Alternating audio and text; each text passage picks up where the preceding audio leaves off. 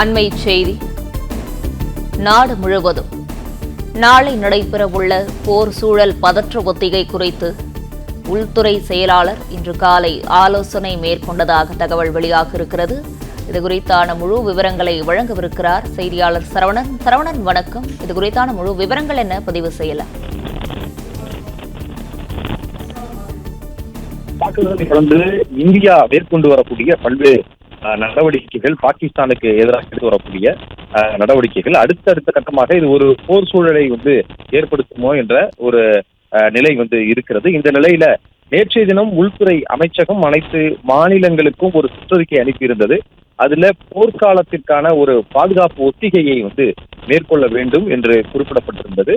முக்கியமாக பொதுமக்கள், மாணவர்கள், மற்ற பணிகளில் இருக்கக்கூடிய அரசு ஊழியர்கள் அவர்கள் எவ்வாறு தங்களை பாதுகாத்துக் கொள்வது, அதற்கான ஒரு தற்காப்பு ஒரு பாதுகாப்பு ஒத்திகையை இந்த ஒரு பாதுகாப்பு ஒத்திகையாக ஒரு மாதத்தில் நடத்த வேண்டும் என்று அந்த சுற்றறிக்கையில குறிப்பிடப்பட்டிருந்தது.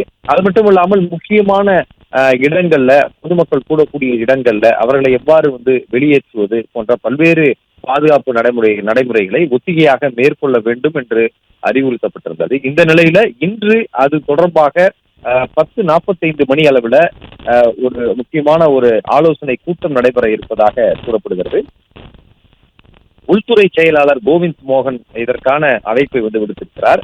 நாடு முழுவதும் 244 மாவட்டங்கள்ல இந்த மாவட்டங்களை தேர்ந்தெடுத்து இந்த போர்க்கால ஒத்திகை, பாதுகாப்பு ஒத்திகை என்பது நடைபெற இருக்கிறது. ஒரு போர் உருவான எவ்வாறு அதை பாதுகாப்பாக செயல்படுவது என்பது தொடர்பான அந்த ஒத்திகை, அதற்கான ஆலோசனை கூட்டம் இன்று நடைபெற இருப்பதாகவும் இதுல உள்துறை செயலாளர் தலைமையில பல்வேறு அதிகாரிகள் இது கலந்து கொள்வார்கள் என்று தகவல் வெளியாகியிருக்கிறது.